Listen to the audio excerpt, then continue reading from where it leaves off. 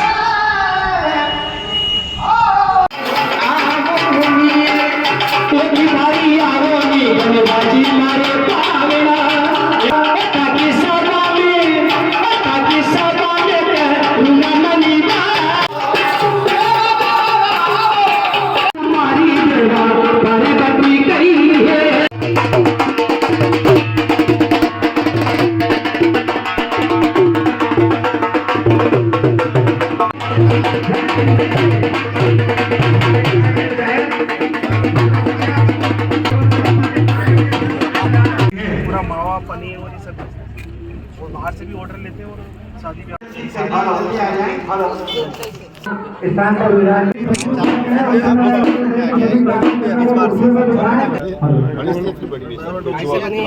ये organic free में चाय चलेगी, पूरे भारत को फ्री चाय पिलाएगी। आप सब मालूम है कैसे सब ज्ञान है ये ओरिजिनल अच्छा है। नहीं अच्छी है बाकी वाली खाद की मेरे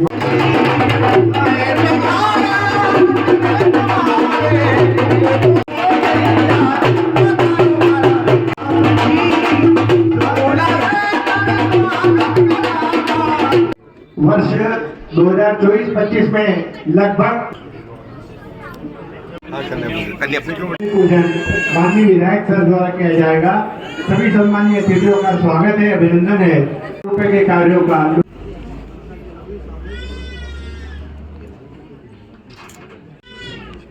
उपस्थित है हमारे लाडले विधायक।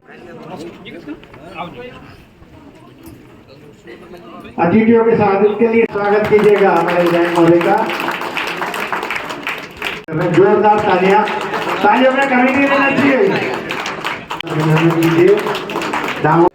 उसके बाद दामोदर श्री गोपाल साहब, श्री विजय जी शर्मा साहब, दामोदर से अनुरोध करूंगा कि जिला के साथ आप आ जाएं। आदि मंजू भाई पहला दामद फूलपुरा स्वागत करें। जिला पंचायत सीओ सर का स्वागत करें। जिला पीछे से इक्का जी आगे उधर से उतर जाए। सुनील जी शर्मा साहब पधारे और ये पुरोहित जी पधारे सांडिया से। सभी सरपंच जो है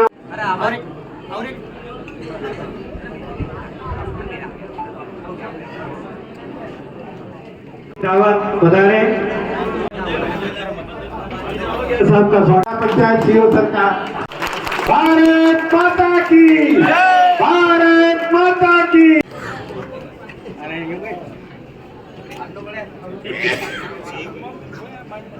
वाटरशेड प्रभारी जनपद पंचायत मनासा श्रीमती अंजलि शर्मा मैडम द्वारा जिला पंचायत सीओ सर, माननीय विधायक साहब, माननीय जिला पंचायत अध्यक्ष सर का स्वागत अभिनंदन करें। कि वाटरशेड से कार्यक्रमों की रूपरेखा और वाटरशेड में किए गए कार्य लोकार्पण और अन्य योजनाओं से हमारे बीच में उपस्थित गणमान्य अतिथियों को क्योंकि आपको स्थिति पता है, जितने भी बंधु अगर आप कर दीजिए, स्वागत करना है तो कर दीजिए।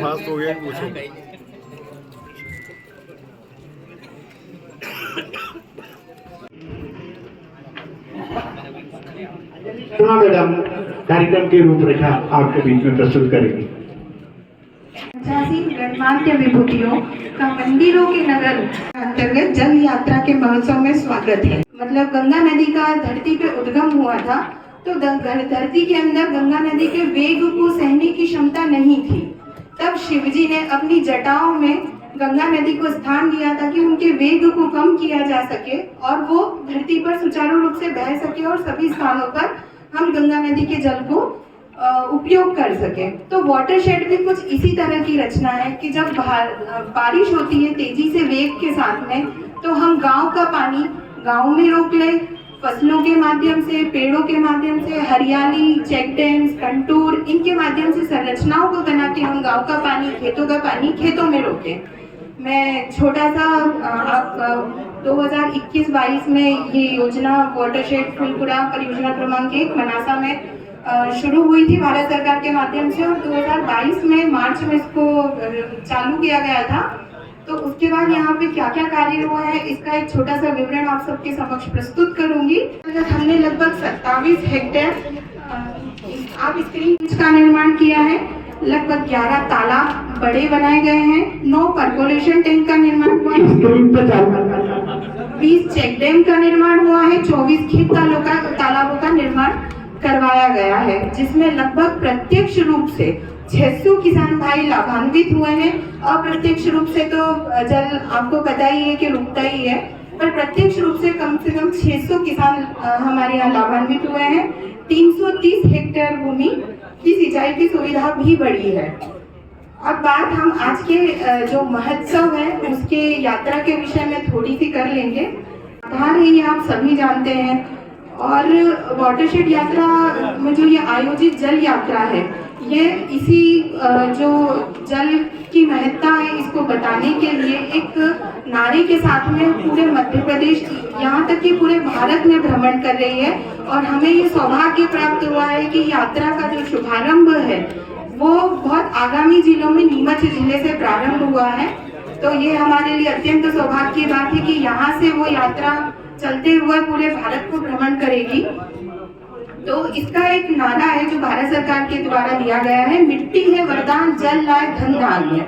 यह केवल एक नारा नहीं है बल्कि एक संकल्प है जो जल संरक्षण को सतत बनाए रखने, कृषि को बढ़ावा देने और ग्रामीण विकास की दिशा में एक नई चेतना जगाने के लिए प्रेरित करता है। काम करे हैं जिनमें जल संरचनात्मक हमने काम करे हैं, जिससे कि जो ग्राउंड वाटर टेबल है हमारी, नीचे जो पानी का स्तर है वो भी बढ़ रहा है, और हम लोग ऐसी संरचनाएं बनाते हैं जिससे कि मानसून के बाद पानी इकट्ठा हो जाए। नीमच जिले में थोड़ी सी पानी की समस्या है, इसलिए जो वाटरशेड योजना है इसका बहुत ही महत्व है इस जिले में, इस जिले की जनपदों में। मनासा जनपद में जो हमारी एक ही परियोजना है वाटरशेड की, उस परियोजना क्रमांक का नाम है 1 और फूलपुरा की है वो। इसमें जो सम्मिलित ग्राम है वो है आमद, भगौरी, फूलपुरा, कुंडालिया, ढोडर ब्लॉक, चिकली ब्लॉक, दाता ब्लॉक। तो स्वीकृत राशि है वो हमारी 11 करोड़ 80 लाख की हमारी राशि है।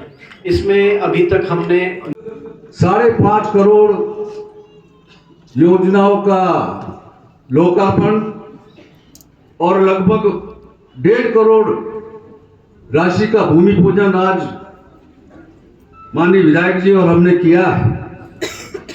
मैं एक बात आपको बताना चाहता हूं,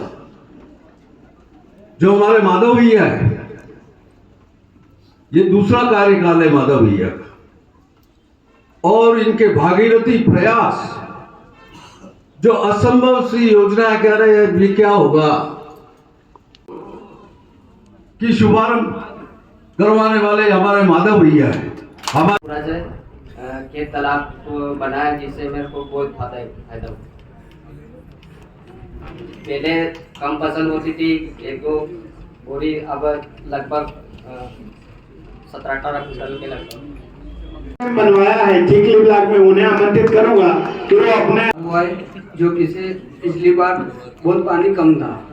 इस बार चेक डैम बनने से हमारे गांव में अफीम की फसल में जो पानी की लास्ट में पानी कमी आती है वो आज की स्थिति में कभी भी नहीं है, और बाकी हर फसल अच्छी हो रही, और कुएं की जो लेवल है वो बहुत ऊंची हो गई चेक डैम बनने से। हमारे प्रतिनिधि सबको में जो जिला लेवल के वाटरशेड वाले अधिकारी और हमारे विधायक मोदी सबको भी बहुत बहुत आभार धन्यवाद करता हूँ। कारूलाल जी कुंडालिया को आमंत्रित करूंगा। किसान के रूप में आता हूं, तो मेरे खेत के पास जो एक वाटर शेड योजना के अंतर्गत एक जो बड़ा हमारे एक स्टार डैम की योजना इस प्रधानमंत्री कृषि सिंचाई योजना के अंतर्गत हुआ, उससे पहले जो हमारे में जो पानी का जो शॉर्टेज चलता था उससे 2 गुना या 3 गुना बढ़कर हमारे कम से कम 100 किसान भाइयों को उससे 10 गुना लाभ प्राप्त हुआ है। इस योजना से हम बहुत संतुष्ट हैं और हमारे बीच में अपना अनुभव 2.0 के अंतर्गत खेत तालाब वाटरशेड के माध्यम से बनाया। वाटरशेड के तालाब से जल स्तर में भी बहुत ऊंचाई आई और मुझे फसल को पिलाने में बहुत आसानी हुई। मैं फसल को ज़्यादा से ज़्यादा पिला सका और फसल के उत्पादन में बहुत वृद्धि हुई। श्री नारायण सिंह जी को मैं आमंत्रित करूंगा पधारें और हमारे बीच में अपने अनुभव शेयर करें। श्री नारायण सिंह जी जल योद्धा के रूप में पधारिए, आगे बढ़ाइए। हमारे गाँव भागल में मुंडरिया बहनों, आपका बहुत बड़ा संकट भैया ने दूर किया है, जल संकट। भारत माता की इधर से भी तालियां बजे। वंदे वंदे वंदे। हमारे विकास को भैया। सम्मानीय सज्जन सिंह जी चौहान साहब का एक बार जोरदार तालियां बजाएं। जिला पंचायत सीओ अमर वैष्णव जी एक बार इनके नाम पे जोरदार तालियां बजाते हैं हमारे नए सीओ साहब। मैं जिला पंचायत में लगातार 20 साल रहा और उन 20 सालों में लगातार मैं योजनाएं कुछ न कुछ वाटरशेड की मनासा तहसील के लिए बनाता रहा। इस विधानसभा में कभी वाटरशेड का काम बंद नहीं हुआ। 20 साल लगातार उस योजना पे काम चलता रहा। मैं हमेशा बैठ के प्रोजेक्ट बनाता रहता हूं कि अब ये वाटरशेड चालू करो, अब ये एरिया लेना है, अब ये एरिया लेना है, क्योंकि वाटरशेड कहीं हमारे पास एक साधन था। पहले उस समय हमारी सरकार नहीं थी तो विकास के काम तो बड़े कोई मांग नहीं सकता था। अब तो एक आध गली मोहल्ले में कहीं सीमेंट कंक्रीट हो जाता और लोग बड़े खुश होते थे कि सीमेंट कंक्रीट हो गया हमारे यहाँ।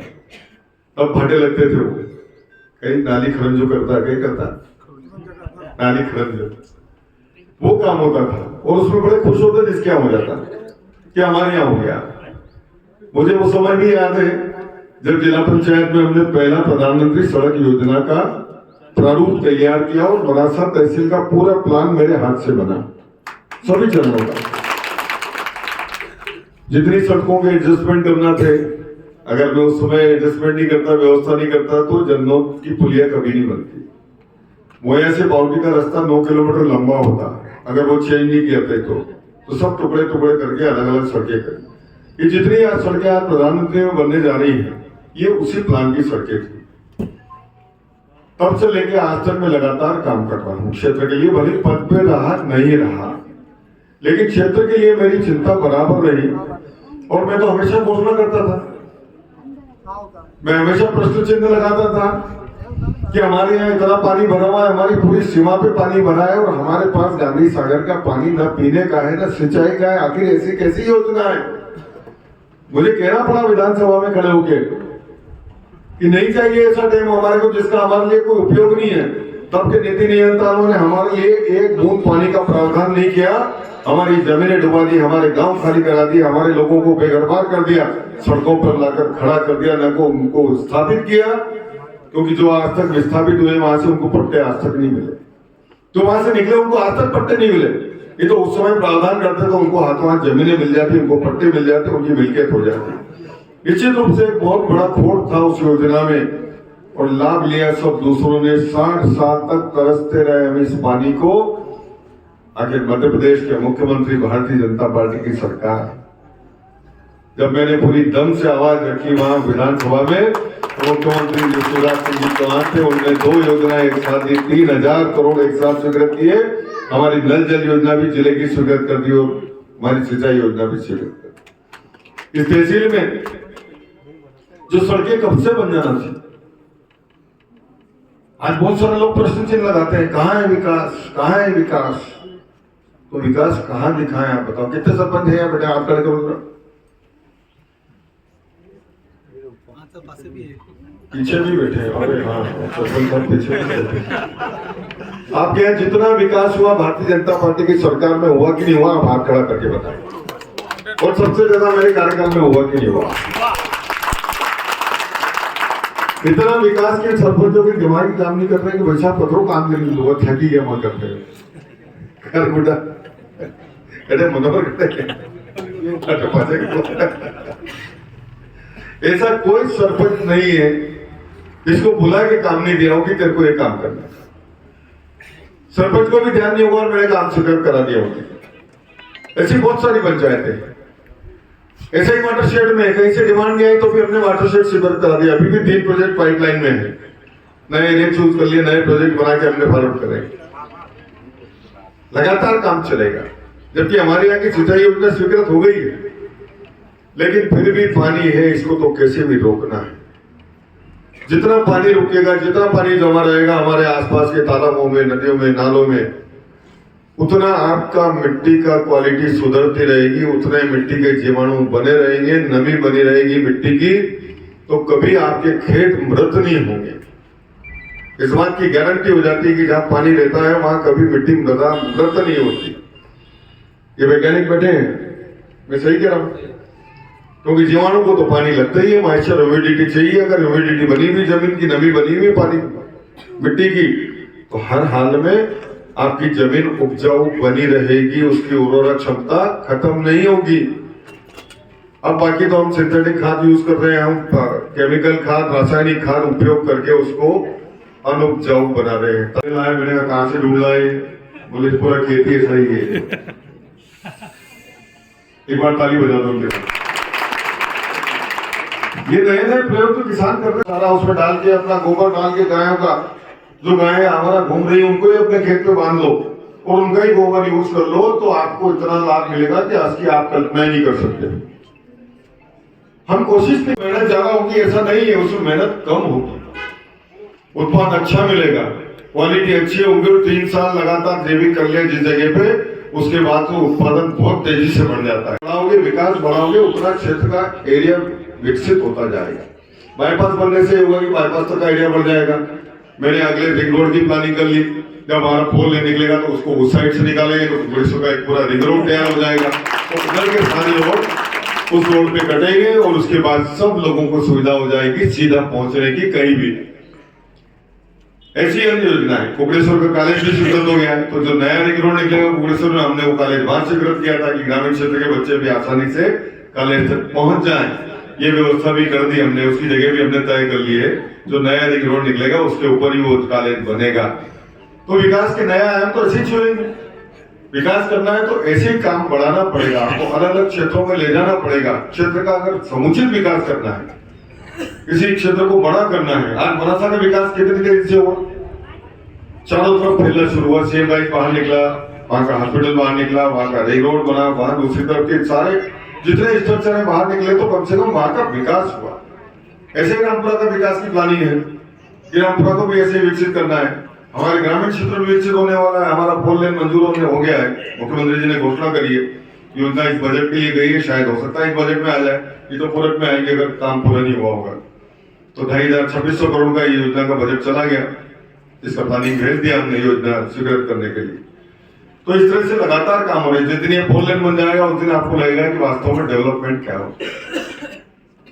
और क्या डेवलपमेंट चाहिए। आप डेवलपमेंट के लिए तो इतनी चीजें ला रहा हूं मैं, इस क्षेत्र में मुझे नहीं लगता कि 5 साल में, अगले 5 साल में कोई काम बाकी रहेगा, मुझे नहीं लगता। कोई गांव में अब सरपंचों में भी ये हो गया कि क्या मांगे ये भी विचार करना पड़ता है, क्योंकि इतना काम नहीं बढ़ गया कि सरपंचों को समझ नहीं आ रही कि अब क्या मांगे। ऐसे बहुत सारे सरपंच हैं जो सैचुरेट हो चुके हैं, जिनके पास करने को काम ही नहीं बचा है। तो इस तेजी से विकास चल रहा है और विश्वास रखिए, सरकार, हमारे प्रधानमंत्री माननीय नरेंद्र मोदी जी बैठे हैं जो एक एक बात की योजनाएं बनाते हैं कि किस किस क्षेत्र में काम किया जा सकता है, कैसे विकसित राष्ट्र बनाना है, कैसे मजबूत राष्ट्र बनाना है, कैसे आत्मनिर्भर राष्ट्र बनाना है, उसके लिए वो योजनाएं बनाते हैं। योजनाओं को इम्प्लीमेंट करने का काम प्रदेश के मुखिया हमारे माननीय मोहन यादव जी, जो लगातार अभी GIS के माध्यम से, ग्लोबल इन्वेस्टमेंट मीट के माध्यम से उन्होंने लगभग सबसे बड़ी ग्लोबल मीट थी भारत की, और इतना इन्वेस्टमेंट आ रहा मध्य प्रदेश में कि अगर वो इन्वेस्टमेंट आ गया तो ये मान के चलना कि हमारे पास मजदूर के नाम पे एक आदमी नहीं बचेगा, किसी को समय नहीं होगा, इतना काम आने वाला है। हमारे क्षेत्र में भी इंडस्ट्रियल एरिया है, अभी तो 1-2 एरिया के टेंडर तो लग चुके हैं, हम भी इंडस्ट्रियल एरिया डेवलप करने जा रहे हैं। हम भी चाह रहे हैं कि हमारा किसानों के अगली पीढ़ी, हमारे अगले बेटे, हमारी अगली जनरेशन, हमारी बेटियां ये भी अपने हाथ से कोई काम शुरू करें। काम छोटा बड़ा नहीं होता, काम करने वाले घर से बड़ा होता है। जब आप छोटे से शुरू करते हैं तो वही काम फिर बड़ा स्वरूप लेता है। वो जोड़ सकते हैं तो वो कैसी योजना जब आप बनाए तो आप भिजवाएं प्रस्ताव निश्चित रूप से वाटरशेड के माध्यम से, और जितना लाभ हो इस वाटरशेड से लेना चाहिए क्षेत्र में। जब काम पूरा होके जाएगा, रिपोर्ट जाएगी तो और भी बजट स्वीकृत होगा, हम और भी योजनाएं बना के भेजेंगे। इसलिए आप सबको मैं बहुत बहुत धन्यवाद देता हूँ, अभिवादन करता हूँ आपका कि आप सबने समय दिया यहाँ पधारे। इस वाटरशेड के प्रति इतना उत्साह, निश्चित रूप से हमारे क्षेत्र का किसान और हमारी माताएं बहनें अग्रिम पंक्ति में खड़ी है। वैसे भी हम मध्य प्रदेश में सबसे अच्छे जिले में बैठे हैं, सबसे अच्छी विधानसभा में बैठे हैं, जहाँ संपन्नता भी है, लोग मेहनती हैं, लोग ईमानदारी से काम करते हैं, एक अच्छे वातावरण में काम करते हैं, और ये वातावरण हमेशा बना रहेगा। जब आपकी संपन्नता बनी रहेगी, हम सब मेहनत करके आत्मनिर्भर भारत को मजबूत बनाएंगे। हम आत्मनिर्भर होंगे तो देश आत्मनिर्भर होगा। ये मोदी जी का सपना पूरा करने के लिए हम सब लगेंगे। आप सबको बहुत बहुत धन्यवाद। जय हिंद, जय भारत। हम शपथ लेंगे, मैं बोलूंगा, उसके बाद आप रिपीट करेंगे। शपथ लेता हूँ।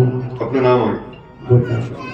मैं अपने खेत और गांव का संरक्षण करूंगा, भूमि और जल का सबको भी जागरूक करूंगा, लोगों को भी जागरूक करूंगा। मैं अपने गांव में वाटरशेड विकास के कार्यों में सहयोग कर trenches, percolation tank, check dam, anicut, खेत तालाब बनाने में सहयोग करूंगा। कटाव को रोकने के लिए, मिट्टी के कटाव को रोकने के लिए वृक्षारोपण और आसपास के जल स्रोतों जैसे नदी तालाब, नालों, जल संग्रहण करूंगा और पुनर्निर्माण में मदद करूंगा। मैं अपने खेत और जलवायु अनुकूल खेती, सिंचाई की उन्नत विधि का उपयोग करते हुए लोगों को भी प्रोत्साहित करूंगा। उनको मैं आमंत्रित करूंगा कि वो पधारे, और माननीय विधायक जी भारत जी गुर्जर फूलपुरा की सरपंच साहिबान को मैं आमंत्रित करूंगा कि वो पधारे, जल्दी से आ जाएं। अनिल जी नायक, राजेश जी तावर, डोडरबला, आप चले जाना साथ नहीं जाना हो गए। इसमें यश नागदा, विनोद है उपस्थित, धीरज धनगर जूना पानी, सलोनी प्रमानंद गुर्जर जूना पानी। बच्चे अगर हैं तो तत्काल आ जाएं। उनसे मैं प्रमाण पत्र जल्दी आ जाए। दीपक जी को महोत्सव थोड़ा सीओ सर को मैं आमंत्रित करूंगा, जिला पंचायत सीओ सर का, और